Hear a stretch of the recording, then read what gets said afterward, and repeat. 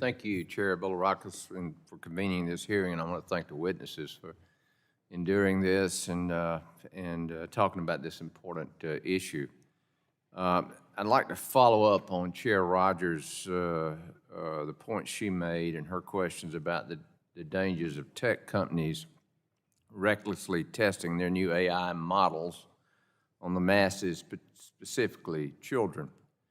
Snapchat has a new feature called My AI that integrates OpenAI's GPT technology into Snapchat's platform, offering users, which on Snapchat are mainly teens, a new chatbot featured to interact with.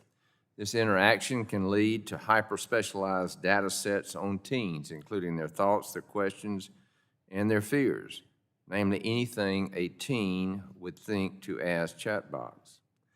Snapchat would own this data and plans to monetize it. Mr. Britton, how should we think about data process privacy in a world where users interact with chatbots on a wide array of topics? Yeah, I think the best thing that we can do is pass comprehensive privacy law. I know I sound like a broken record, but I think these advancements hold great promise. There's also great potential pitfalls. And I think AI is powered by data, and the best thing we could do to ensure responsible AI and responsible chatbots is to pass comprehensive law regulating data broadly. That's missing in the US. And in the absence of that law in the US, the rest of the world is looking at this issue and examining it and pushing for responsible regulation. I think the US has a very important voice in that conversation and should be a part of that conversation and can be if we pass ADPPA or a law like it. Right. Well, we keep harping on data minimization, and certainly this is the opposite of data minimization. As a member of Congress, I'm concerned that we should be about I'm concerned about what should be about AI-powered chatbots in the hands of our children.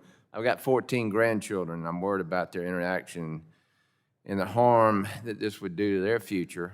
How valuable would this data set be to a business?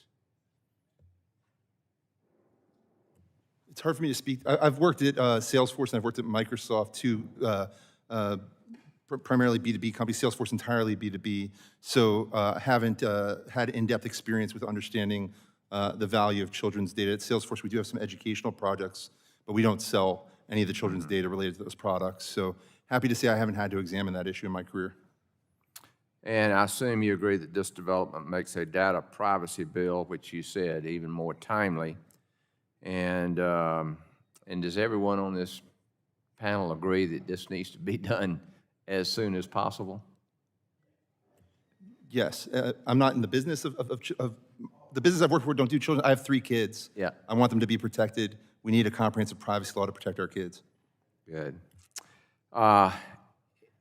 With that, is there anything that you would like to add that might accelerate this process as far as the Congress is concerned?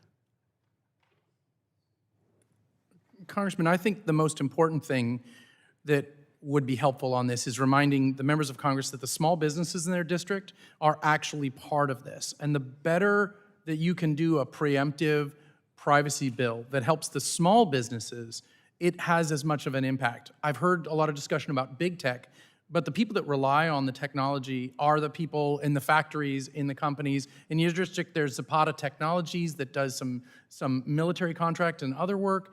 They depend on a robust data system and a robust privacy system. So if you're talking to your members on the floor and want to make the case, don't make the case about regulating big tech.